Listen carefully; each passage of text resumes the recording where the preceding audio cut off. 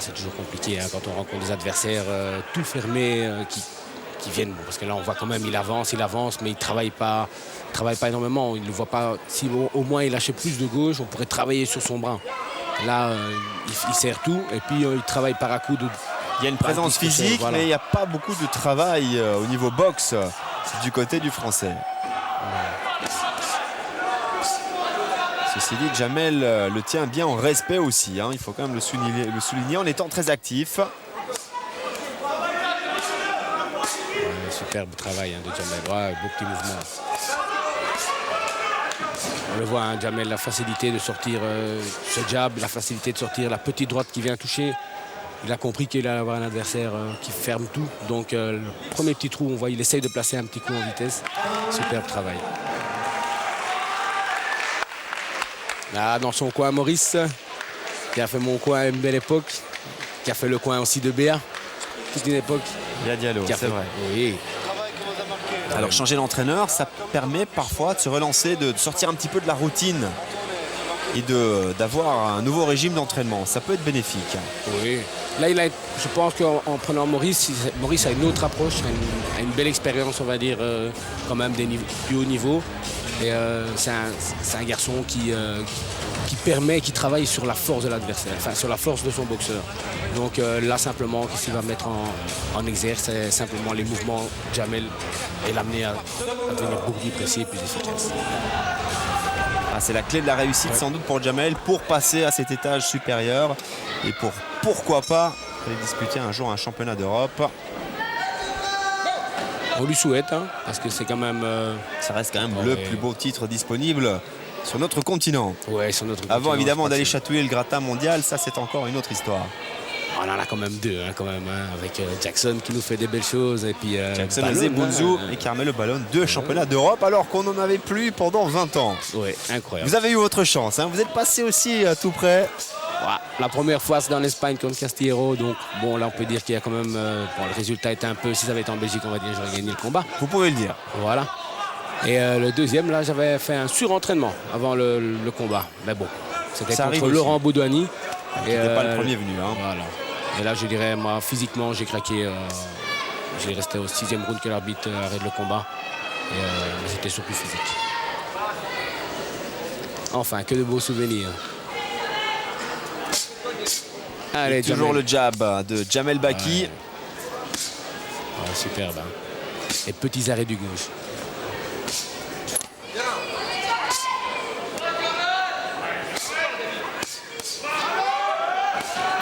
On voit, hein, il est à la recherche des petits trous pour essayer de placer la touche.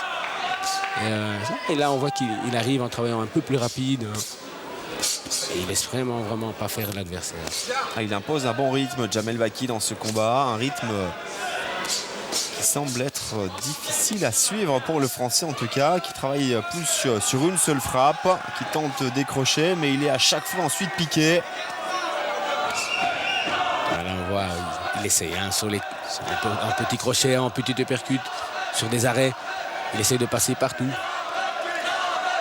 Ça, c'est vraiment une belle expérience aussi pour lui parce que c'est des adversaires qui avancent et qui vous collent. La seule chose qu'on peut reprocher à son adversaire, peut-être, c'est un petit peu le manque d'activité. Oui, le manque d'activité. Finalement, pour quelqu'un qui a le niveau technique et le coup d'œil d'un Jamel Baki, c'est un plaisir de faire ce genre de combat. C'est un plaisir. Je pense quand on rencontre ce genre d'adversaire, bon, on sait que Jamel physiquement est très bien préparé, donc il est prêt à faire une bonne longueur de round. Et pour lui, c'est gay, il voit tout venir en fait. Il est à bonne distance, voilà, on le voit. Dès qu'il y a un petit crochet qui vient, il lève un petit peu la main, on sait qu'il a une bonne garde, donc lui, il se cache un petit peu derrière ses mains, puis tout le reste, il développe son mouvement. En fait, on va dire, pour lui, c'est un petit peu, on va pas dire comme s'il faisait un sac, mais c'est un peu ce même genre de travail. Et ça lui permet aussi évidemment d'appliquer tout ce qu'il travaille à l'entraînement, notamment les enchaînements. Là, il doit aussi, voilà. Bien qu'il vienne un petit peu en uppercut, il doit à tout prix apprendre un tout petit peu à se désaxer pour venir le chercher. Il n'a pas vraiment été travaillé au corps. Hein. Vous Voilà, parliez d'une des solutions face à ce type d'adversaire. À tout prix, aller chercher derrière les coudes pour le forcer à ouvrir sa garde pour pouvoir placer un coup à l'intérieur. C'est toujours plus facile à dire qu'à Évidemment. réaliser, hein. On s'inquiète un petit peu du côté du Français avec un visage qui commence un petit peu à marquer. Ceci dit, vu le nombre de coups donnés par Djamel Baki, il n'y a pas encore trop de dégâts chez le Français. Ouais, il est souvent, on le voit, hein, il est caché derrière ses gants. Il protège quand même pas mal. Et puis voilà, là on le voit, il ressort avec un crochet, mais on dirait un petit peu à l'aveuglette. C'est parti pour la 6e reprise d'un combat, il faut quand même bien l'avouer, à sens unique. Tout pour Djamel là. Il a remporté tous les rounds. Là, souvent on attend beaucoup des boxeurs. Bon, pour faire un très très beau combat, en général on dit qu'il faut être 2 quand même. Donc, et on attend beaucoup de Djamel dans le sens où enfin, on voudrait le voir plus actif, plus combatif, mais si en face de lui il a un adversaire voilà, qui est tout fermé, pour lui c'est compliqué. C'est un petit peu le dilemme, voilà. On peut dire qu'il a gagné les 5 premiers rounds. Il a 5 points d'avance. S'il termine le combat, de toute façon, il a déjà assez de points que pour l'emporter. Oui. Face à ce type d'adversaire, est-ce qu'il faut absolument aller chercher le coup dur, aller chercher le KO? Alors que l'on a déjà vraiment un bel avantage. Moi je pense que le danger d'aller chercher le KO, c'est justement une blessure. Donc on voit quand même l'adversaire est toujours voilà, un peu la tête en avant. Si on veut vraiment aller le chercher, il faut vraiment s'approcher tout près de lui et on prend des risques. Je pense que pour lui, c'est pas utile. Ou même de se faire contrer, de se prendre soi-même le coup dur. Voilà, moi je pense qu'il doit continuer à tourner autour de l'adversaire, continuer à travailler, chercher les solutions. Peut-être que s'il y a une petite erreur, l'adversaire fait une erreur, il passera un bon petit coup. Et voilà. Mais il devrait aller un peu plus encore quand même. Voilà. Petit mouvement. Bel enchaînement. Superbe, voilà. À travailler en 3-4 coups, c'est pas donné non plus à tout le monde sur le ring.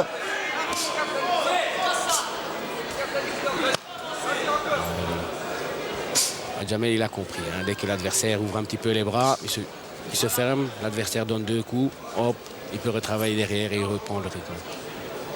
Les combats comme ça, des fois c'est avantageux. On fait tout, comme on est entraîné, qu'on est en bonne forme, on fait tous les rounds sur un rythme, on va dire, assez élevé, mais régulier. On voit vraiment la victoire se dessiner au fil des rounds. Maintenant, toujours attentif, on ne sait jamais.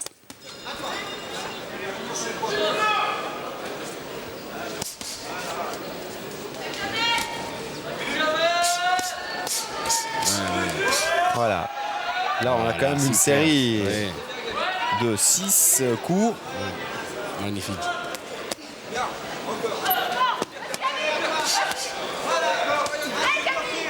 Et on voit, hein, Djamel, quand il a ses mains, voilà, quand il a levé les mains, il a toujours un petit regard entre les gants. Hein, donc, pour pouvoir placer ce coup qui vient juste après.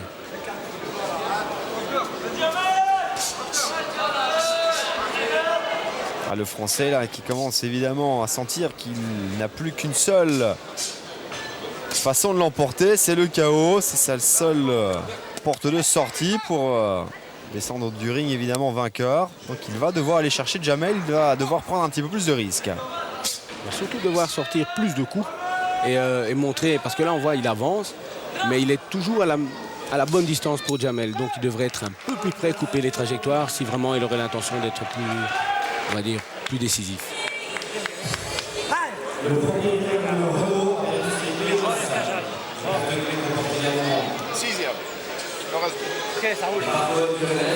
Ça a l'air de bien se passer hein, chez le Français, qui n'a pas l'air du tout éprouvé. Et on vient de l'entendre, il affirme à son entraîneur qu'il va trouver l'ouverture. Bon, on reste optimiste. Ceci dit, les coups, c'est lui qui les prend hein, quand même. Oui, hein. On peut dire que là, une pluie de coups. Superbe. Et on voit, hein, pour passer un coup à travers la garde, c'est compliqué pour Djamel. Mais il arrive quand même à passer. Il a presque besoin d'un ouvre-boîte hein, là pour aller trouver les espaces pour frapper à travers la garde de l'adversaire. On parlait de son palmarès. Difficile à décrypter en début de combat.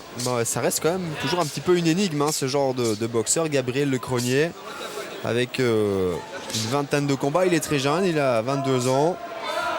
Un combat avec un petit peu plus de défaites que de victoires. Un boxeur, on sent qu'il a le potentiel pour faire un petit peu mieux quand même.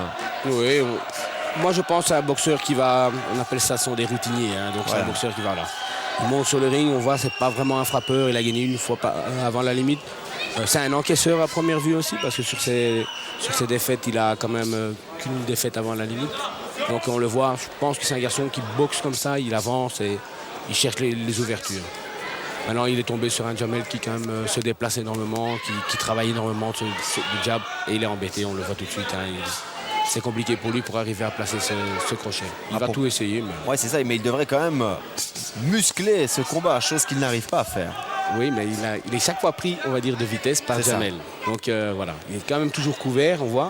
Et pour venir frapper, il est un petit peu obligé de redescendre les mains. Et chaque fois que Jamel travaille, voilà, il doit tout refermer. C'est une perte de temps. Donc il est...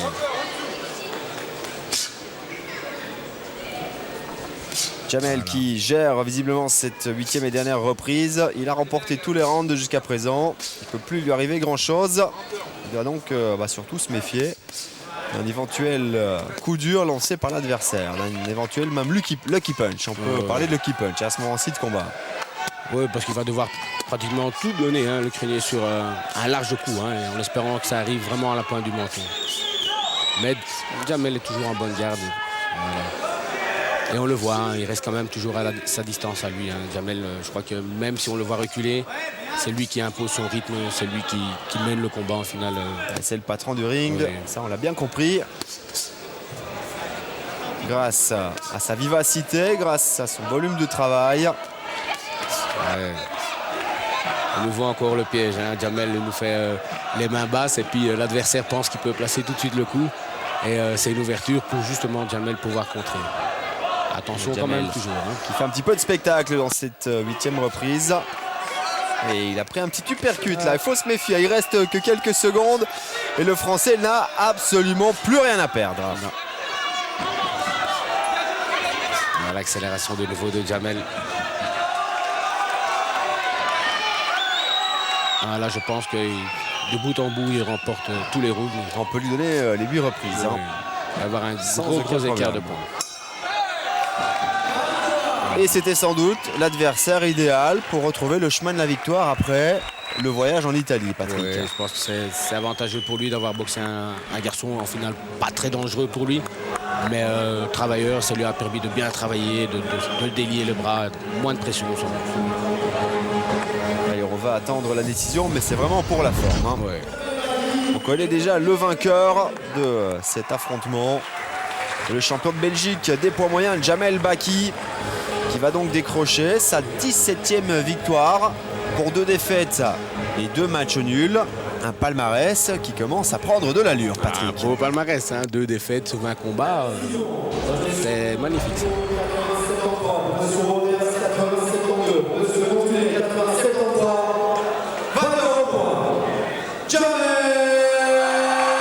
Voilà, victoire confirmée. On peut dire qu'aujourd'hui, Jamel peut regarder vers le haut et regarder vers le sommet des classements européens. C'est là qu'il doit aller chercher ses adversaires maintenant. Oui, il doit surtout aller rencontrer des garçons du top 10 pour pouvoir avoir une chance européenne.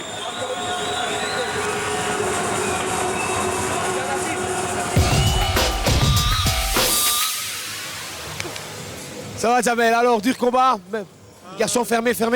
Fort, hermétique, c'était difficile d'essayer de trouver les trous. Heureusement que ma gauche était assez rapide pour le toucher, j'arrivais à mettre des gauches, mais suivre, il était directement bien fermé, c'était difficile de trouver l'ouverture. Dis, on a vu un Jamel plus entreprenant, plus combatif. Ouais, j'étais un peu plus entreprenant, j'ai essayé d'aller au corps un peu plus souvent. J'ai travaillé quelques supercuts au foie, une fois ça a failli passer, ou je ne sais pas si je l'ai touché, mais j'ai pas pu. Il a vite récupéré en tout cas, et par rapport à ça, je suis content qu'il y ait une évolution au niveau du corps à corps et du travail au corps, c'était beaucoup mieux, quoi. Le régional de l'étape, Georges Dujardin, mesdames et messieurs, mon cher Patrick. Pour lui aussi, la pilule intermère. On reste sur un combat dans son chef, on va dire, où il n'a pas vraiment combattu. Il n'y avait pas d'âme, il n'y avait pas d'envie, il n'y avait pas d'étincelle. Un jour sans, tout le monde peut connaître ce genre de choses. Oui, ça arrive d'arriver dans un jour où on est bien entraîné, et puis on ne sait pas pourquoi, avant l'avant-combat, on se sent bien, et puis sur le ring, il n'y a rien qui sort. Et je crois qu'il a eu ça la dernière fois, il a un petit peu combattu, il a quand même essayé, mais ça ne sortait pas. Maintenant, bon, c'est des choses qui arrivent. On s'entraîne à fond, pourtant on court de la même façon, on prend tout ce qu'il faut pour pouvoir être bien, mais il y a des jours où il n'y a rien qui va. Donc là, il a eu un jour sans. Maintenant, je crois qu'il a envie de nous démontrer que c'était une petite erreur ou un petit moment de faiblesse et il a envie de montrer quelque chose ce soir. Psychologiquement et stratégiquement, il a perdu ce match la fois dernière. Est-ce qu'il peut corriger cet état de choses? Je ne sais pas si on peut vraiment dire qu'il peut corriger. Je pense que lui, il le sait. Lui, il s'est senti. Je pense que quand il est retourné à l'entraînement, difficile. On va dire, c'est difficile pour lui de se sentir. Je me suis entraîné, qu'est-ce qui s'est passé? Donc lui, il se remet en question. Et aujourd'hui, il a l'occasion de pouvoir se remettre encore une fois en question. Et j'espère pour lui qu'il y croit, qu'il est motivé et que ça ne doit pas le perturber dans son mental. Il est capable de faire de belles choses, on l'a déjà vu. Et là, ce soir, je pense qu'il va pouvoir remettre bien en finale, en tant envers lui-même qu'envers son public. Ok, on va voir s'il arrive à remonter le courant. Georges, juste après ce petit sujet.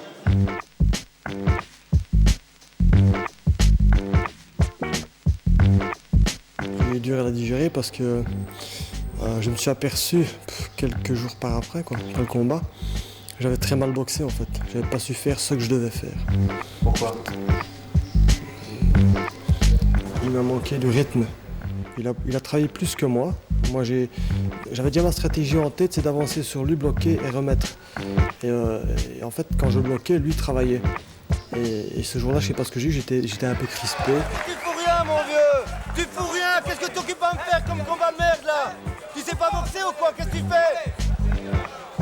Ici, je ne ferai pas les mêmes erreurs. Enfin, je vais tout au moins essayer parce qu'en plus, je suis devant le public, je suis chez moi. Il est évident que je vais faire tout ce que je peux faire pour avoir le titre. Parce que c'est vraiment l'aboutissement d'une carrière. Hein, parce que je boxe depuis 89. Donc vraiment, pour moi, c'est la cerise sur le gâteau. On a travaillé plus sur l'endurance, on a augmenté la résistance de l'endurance aussi, on a fait beaucoup plus de sprint que la fois dernière. Normalement, ça doit jouer un rôle sur le ring.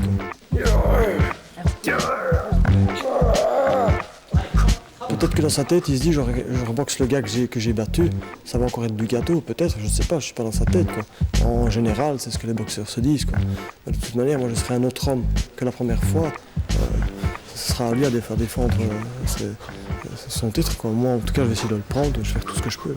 Et puis je boxe depuis 89, c'est quand même quelque chose de revenir dans cette salle-là. Et puis bon, à mon avis, ce sera sûrement la dernière fois que je boxerai chez moi. Parce qu'après, bon, je vais sûrement arrêter ma carrière après ce combat-là.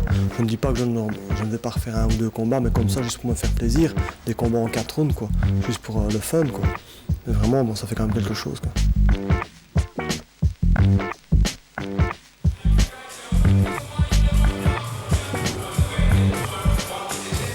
Alors on a surtout eu évidemment le point de vue de Georges Dujardin. Malheureusement Hervé Deluca n'était pas disponible le jour du tournage.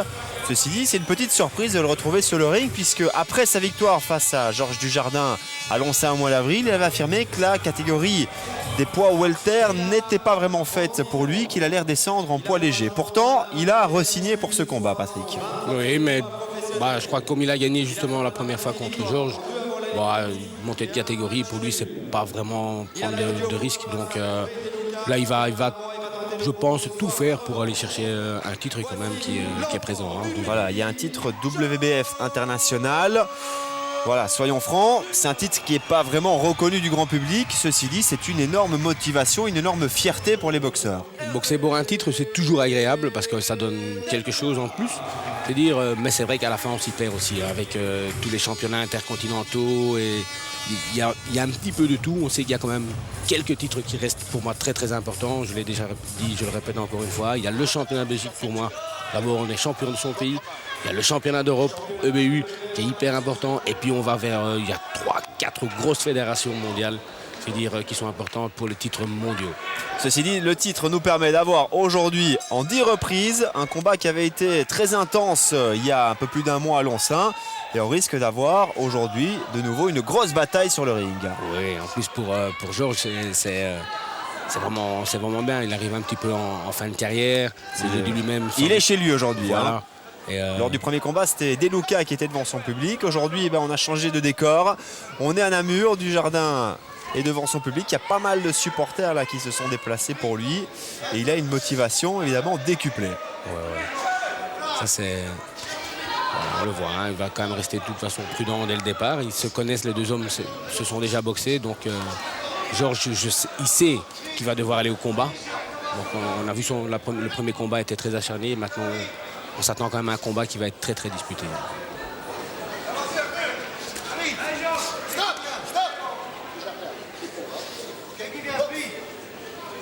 Petite réprimande de l'épaule. Dans ce genre de combat, ce sont deux boxeurs qui ont tendance à se coller un petit peu. Ils doivent toujours faire attention aux petits coups de tête, à les petites blessures. Il faut toujours regarder. Parce que, voilà. C'est souvent une boxe très rugueuse. Très rugueuse, très dure. Là, on a vu une petite droite qui est passée.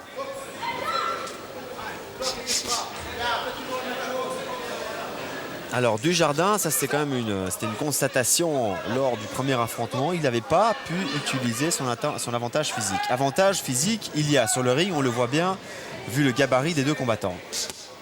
Ouais, il faut bien se dire une chose, c'est 3 kilos, on va dire c'est pas vraiment énorme. Ceci dit, voilà, chez les petits poids, ça peut faire une grosse différence. Voilà, chez les petits poids, ça peut faire une grosse différence. Ce qui fait surtout la grosse différence, c'est les régimes que l'on fait avant d'arriver au poids. Parce qu'il faut savoir que les boxeurs, c'est le premier adversaire du boxeur, c'est justement le poids. C'est de se retrouver le plus sec possible, c'est-à-dire, on va dire... sans trop de matière grasse. Voilà. Je dirais ça, c'est plus compliqué au départ. Mais dès qu'on trouve son bon poids, la bonne catégorie, en général, on a une limite. On sait pas, moi, par exemple, je vais dire... je suis passé de welter à super welter parce qu'à un moment donné, pour arriver à faire le point de la catégorie en dessous, ça devenait trop compliqué. Et on le sent sur le ring, donc il est temps de passer d'une catégorie. Ici, De Luca, il a une bonne chance de pouvoir... Il boxe quand même pour un titre. Il a déjà rencontré l'adversaire, donc il est monté très motivé pour aller gagner ça. C'est sans compter quand même Georges qui va faire sans doute devant son public un effort maximal. En tout cas, la balle est dans le camp de Georges Dujardin qui a perdu le premier combat. Et c'est peut-être lui qui aura évidemment le plus de motivation. De Luca, lui, reste sur une victoire. Il va tenter évidemment de réussir le copier-coller ce soir. Mais il y aura peut-être un adversaire différent avec une droite qui a secoué Dujardin à quelques secondes de la fin. Attentif, hein. Ah là, c'est quand même la sonnette d'alarme qui est tirée du côté de Dujardin. Il a été touché très très durement, vraiment dans les dernières secondes. On va le revoir sans doute ici. Il était à la limite du knockdown quand même. Si la droite avait été appuyée un peu plus profonde, c'était sans doute un voyage de temps. Et c'était peut-être déjà la fin du combat. Grosse alerte pour le Namurois. Va-t-il récupérer? On se retrouve à la 3e reprise. Le dos au corps, c'est toujours dangereux quand on est les deux pieds, on va dire, l'un à côté de l'autre et qu'on appuie sur les cordes. C'est très difficile d'éviter un coup qui vient en direct. Et là, on l'a vu, hein, sa main gauche plus basse, la droite passe tout de suite. Il doit faire attention.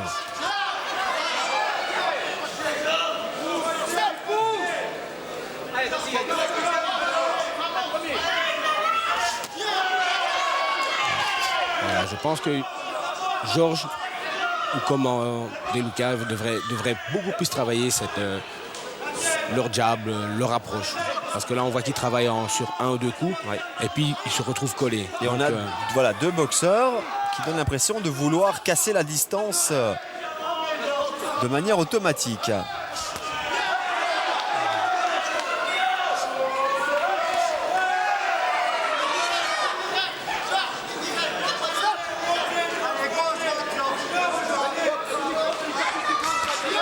Et le gauche-droite tenté par Dujardin. Petit uppercut. Il a vraiment l'air d'être plus présent que lors du premier combat Dujardin. Et on voit déjà une petite différence. C'est vrai qu'Alonso, il avait plutôt tendance à tomber sur ses coups, chose qu'il ne fait pas ce soir. Non. Je ne sais pas comment l'expliquer son combat. Il a perdu le combat, il était vraiment, on va dire, dans une méforme, hein, ça peut arriver. Et là, un petit peu trop de pression aussi peut-être le jour du premier combat, une pression qu'il a pu évacuer en connaissant mieux son adversaire ce soir, évidemment, puisqu'il l'a déjà rencontré. Voilà. C'est plus facile, hein, quand on a déjà boxé un adversaire, on sait déjà un petit peu la sensation de frappe, on connaît un petit peu la sensation de vitesse, on sait à quoi s'attendre. Il avait été quand même au tapis lors du premier combat. Il s'en est fallu de peu qu'il y retourne à la fin de la première reprise, mais là, les échanges sont beaucoup plus équilibrés. Un petit pas, voilà, on l'a vu, un petit pas de retrait. Et juste dommage que la droite n'est pas venue piquer bien à l'intérieur.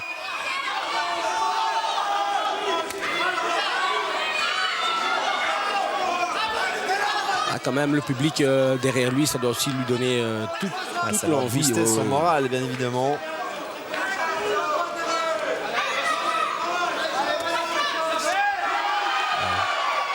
Petite remise, hein. Attention l'épaule